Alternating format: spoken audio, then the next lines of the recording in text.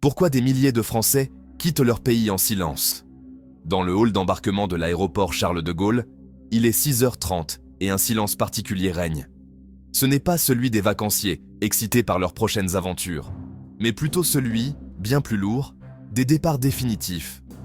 Valises surchargées, regards fuyants, étreintes prolongées avec les proches restés sur le quai. Ces voyageurs-là ne reviendront pas pour les prochaines vacances d'été. Ils rejoignent une communauté grandissante, mais pas très visible. Plus de 3 millions de ressortissants français vivant à l'étranger en 2024. Ce scénario, eh bien, c'est une réalité chaque année.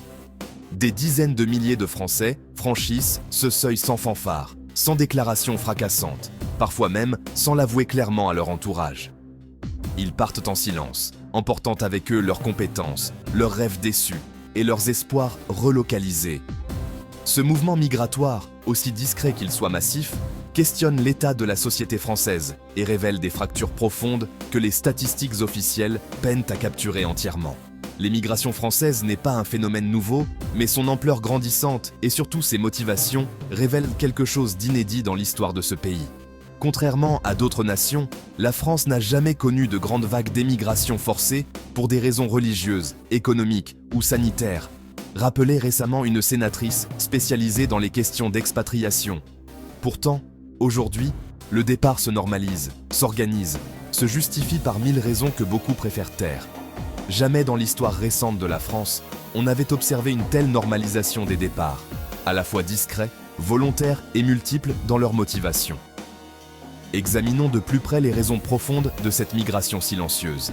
Mais avant d'y aller, si ce type de contenu vous parle, laissez-moi un j'aime et activez la cloche de notification pour ne rien manquer de nos futures productions. On y va. Les chiffres d'une réalité méconnue. Derrière l'euphémisme diplomatique de communautés françaises à l'étranger se cache une réalité démographique saisissante. Le nombre d'électeurs inscrits sur la liste électorale consulaire s'élève à 1 617 523 au 1er janvier 2025, soit une augmentation de 3,92% par rapport à 2024. Cette progression constante, même après les turbulences de la pandémie, témoigne d'un mouvement de fond qui ne se dément pas. Mais ces chiffres officiels ne reflètent qu'une partie de la réalité. L'inscription au registre des Français établis hors de France n'est pas obligatoire, ce qui explique l'écart considérable entre les inscrits officiels et les estimations globales. Combien de Français vivent à l'étranger sans s'inscrire sur les registres consulaires? Combien choisissent la discrétion administrative par simplicité ou par volonté de rupture? Les spécialistes s'accordent sur un point. Les statistiques officielles sous-estiment l'ampleur du phénomène. Les 5 premiers pays d'accueil restent la Suisse, avec 160 et 11 884 inscrits. Les États-Unis, avec 159 357 inscrits.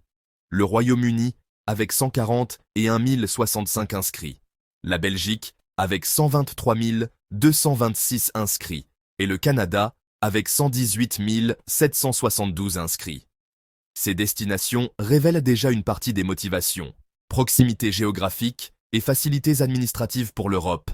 Opportunités économiques pour l'Amérique du Nord. Facilités linguistiques pour les pays anglophones. La géographie de l'installation française à l'étranger dessine une carte des aspirations contemporaines. L'Europe représente 48,31% de la communauté française inscrite au registre, suivie par les Amériques et Caraïbes avec 21,18%, l'Afrique du Nord et le Moyen-Orient avec 15,8%. Cette répartition illustre les stratégies d'installation, l'Europe pour sa proximité et ses facilités, l'Amérique du Nord pour ses opportunités, l'Afrique du Nord pour ses liens historiques et son coût de la vie. L'installation durable, un choix de vie assumé. Contrairement aux idées reçues sur une expatriation temporaire, les chiffres révèlent une réalité différente. 1 232 097 Français inscrits sont présents depuis plus de 5 ans dans la même circonscription consulaire, contre seulement 140 et 1 639 arrivés depuis moins d'1 an. Cette durabilité de l'installation montre que l'émigration française contemporaine correspond davantage à des projets de vie à long terme qu'à des expatriations professionnelles temporaires.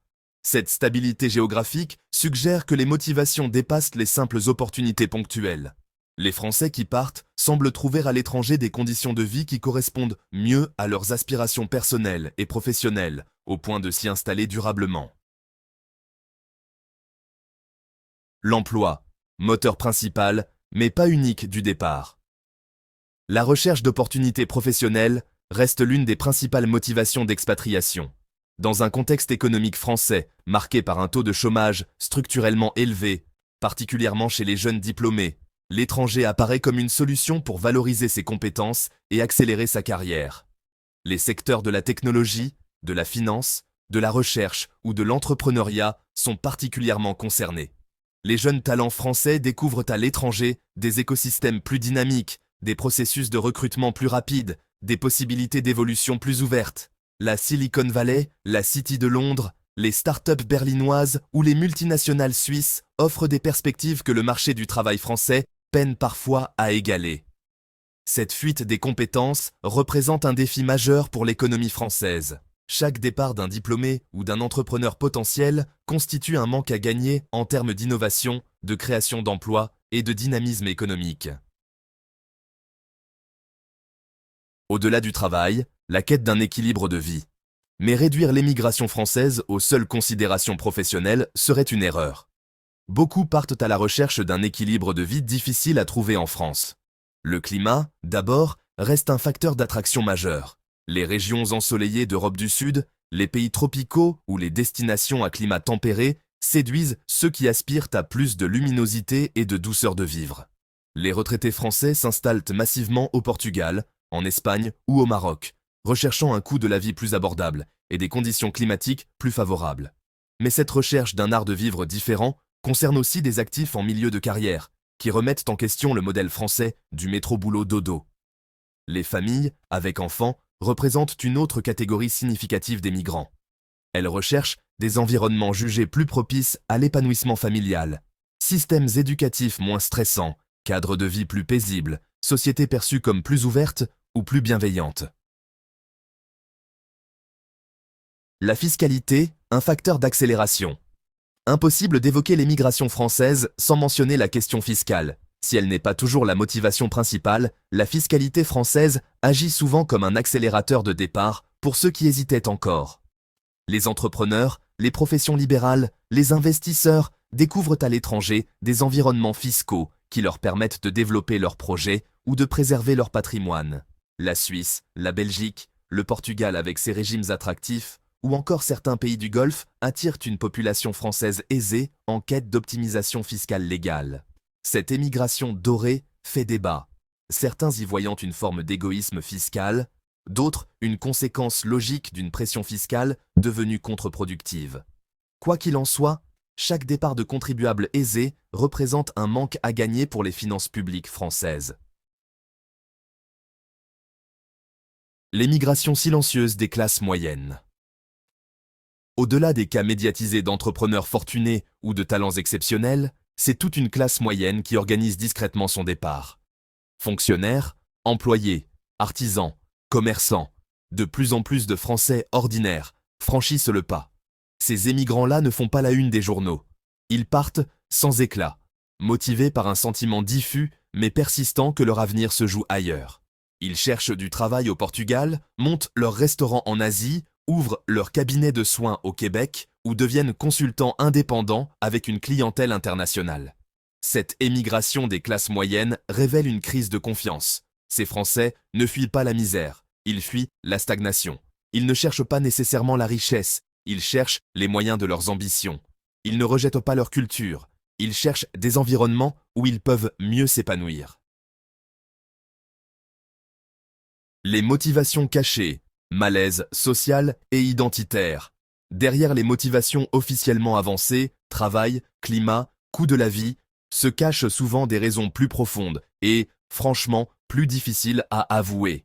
Un malaise social grandissant, nourri par une actualité anxiogène, des tensions sociétales, une perte de cohésion collective. Certains Français partent parce qu'ils ne se reconnaissent plus dans l'évolution de leur société. Ils évoquent une France devenue trop conflictuelle, trop pessimiste, trop crispée. D'autres, au contraire, fuient une France qu'ils jugent pas assez ouverte, pas assez moderne, trop repliée sur elle-même. Cette dimension identitaire de l'émigration est rarement évoquée publiquement, tant elle touche à des sujets sensibles. Pourtant, elle explique en partie pourquoi certains départs se font dans la discrétion, comme si quitter la France nécessitait des justifications particulières. L'impact des nouvelles technologies.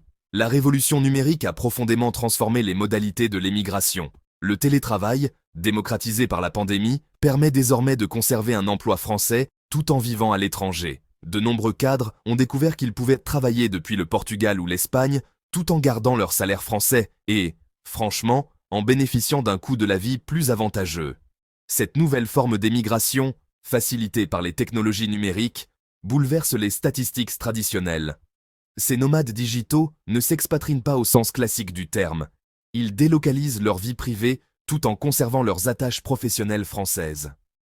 Les plateformes collaboratives, les outils de communication à distance et la dématérialisation des services permettent aujourd'hui de gérer une activité française depuis n'importe où dans le monde. Cette flexibilité géographique ouvre de nouvelles possibilités d'installation à l'étranger. Le paradoxe de l'attachement à distance. Contrairement aux vagues migratoires du passé, l'émigration française contemporaine ne correspond pas à une rupture définitive. Les nouvelles technologies maintiennent un lien constant avec la France. Réseaux sociaux, plateformes de streaming, presse en ligne, visioconférences familiales. Cette proximité virtuelle crée un paradoxe. Beaucoup d'émigrants français se disent plus attachés à leur pays depuis qu'ils l'ont quitté. La distance leur permet de porter un regard plus apaisé sur leurs origines, débarrassés des frustrations quotidiennes qui avaient motivé leur départ. La part des binationaux parmi les Français de l'étranger reste stable, 31,9%, ce qui montre que beaucoup conservent uniquement la nationalité française malgré leur installation durable à l'étranger. Cette fidélité administrative traduit un attachement identitaire qui persiste malgré l'éloignement géographique. Les conséquences pour la France. Cette émigration silencieuse n'est pas sans conséquences pour la France. Au-delà de la perte démographique, c'est tout un capital humain qui se délocalise. Des compétences, des talents, des énergies qui auraient pu contribuer au développement du pays s'épanouissent ailleurs. Le phénomène interroge aussi sur l'attractivité de la France.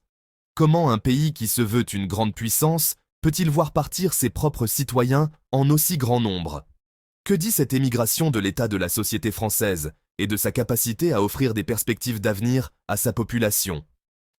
Les politiques publiques commencent à prendre conscience de l'enjeu. Des dispositifs sont mis en place pour encourager le retour des expatriés, mais ils restent largement insuffisants face à l'ampleur du phénomène. La question de l'émigration française reste un tabou politique, comme si reconnaître que des Français préfèrent vivre ailleurs remettait en question l'excellence supposée du modèle français. Vers une émigration assumée ? Après une période de ralentissement, les inscriptions au registre des Français de l'étranger repartent légèrement à la hausse en 2024. Les Français envisagent à nouveau des projets d'expatriation, note le ministère de l'Europe et des Affaires étrangères. Cette reprise post-Covid pourrait marquer le début d'une nouvelle phase de l'émigration française. L'émigration française du XXIe siècle se caractérise par sa discrétion, mais cette invisibilité pourrait évoluer. Les réseaux sociaux donnent une voix aux expatriés qui partagent de plus en plus leurs expériences et encouragent d'autres à franchir le pas. Des communautés d'émigrants français se structurent dans le monde entier, créant des réseaux d'entraide et de conseils. L'émigration se démocratise, se normalise, perd progressivement son caractère exceptionnel. La nouvelle géographie des aspirations françaises. La structure par âge de la communauté française établie à l'étranger montre qu'environ 23% des inscrits ont moins de 18 ans, 22% entre 26 et 40 ans et 29% entre 41 et 60 ans. Cette répartition révèle que l'émigration française concerne toutes les générations, des jeunes adultes en début de carrière, des familles avec enfants, des cadres en milieu de parcours professionnel. La forte présence de mineurs, 23%, confirme que beaucoup d'émigrations correspondent à des projets familiaux de long terme, pas seulement à des expatriations professionnelles temporaires d'adultes célibataires. Les défis de l'accompagnement consulaire. Face à cette croissance de la communauté française à l'étranger, les services consulaires doivent s'adapter. Les Français de l'étranger se sont mobilisés pour mettre à jour leur inscription au cours de l'année électorale 2024, montrant leur volonté de maintenir leurs droits civiques malgré l'éloignement. Cette mobilisation électorale traduit un paradoxe. Les Français de l'étranger restent attachés à la vie démocratique française tout en ayant choisi de vivre ailleurs. Ils veulent continuer à peser sur les décisions politiques françaises, notamment celles qui concernent leur statut d'expatrié. Conclusion. L'émigration française contemporaine éclaire les mutations silencieuses qui traversent la société. Elle met en lumière une nation qui, malgré des atouts reconnus, peine à retenir une part croissante de ses citoyens. Elle révèle aussi l'apparition d'une nouvelle géographie des possibles, où les frontières se redessinent selon les trajectoires individuelles. Ce mouvement discret soulève des interrogations sur les certitudes collectives et les orientations politiques. Il met en évidence les limites d'un modèle social qui, tout en restant protecteur, ne suffit plus à répondre aux aspirations d'une population en quête de sens, de mobilité et d'épanouissement. Plutôt que de minimiser ce phénomène, il conviendrait de l'examiner comme le symptôme de transformation profonde. Car derrière chaque départ se dessine une leçon, celle des mécanismes à repenser, des attentes à entendre, des conditions à transformer pour que rester en France devienne à nouveau un choix serein et non une résignation. L'émigration française n'est ni une fuite, ni une rupture irréversible. Elle incarne un monde plus ouvert et une société en transition. Elle peut aussi représenter une opportunité précieuse de réflexion sur les réformes à engager pour renforcer l'attractivité du pays. Dans le hall d'embarquement de Charles de Gaulle, les au revoir continuent à se multiplier. Et pourtant, chaque départ soulève une même question, encore trop souvent éludée. Que manque-t-il aujourd'hui pour que l'attachement au pays s'impose à nouveau comme une évidence durable, plutôt qu'un lien fragilisé par le désenchantement? Cette vidéo vous a-t-elle parlé? Aimez et partagez-la avec vos proches. Vous pouvez aussi nous soutenir en utilisant le bouton merci sous cette vidéo ou en rejoignant l'espace membre de la chaîne pour bénéficier de contenus exclusifs et plusieurs autres avantages. Le lien est dans la description. À bientôt sur Éco Décryptage.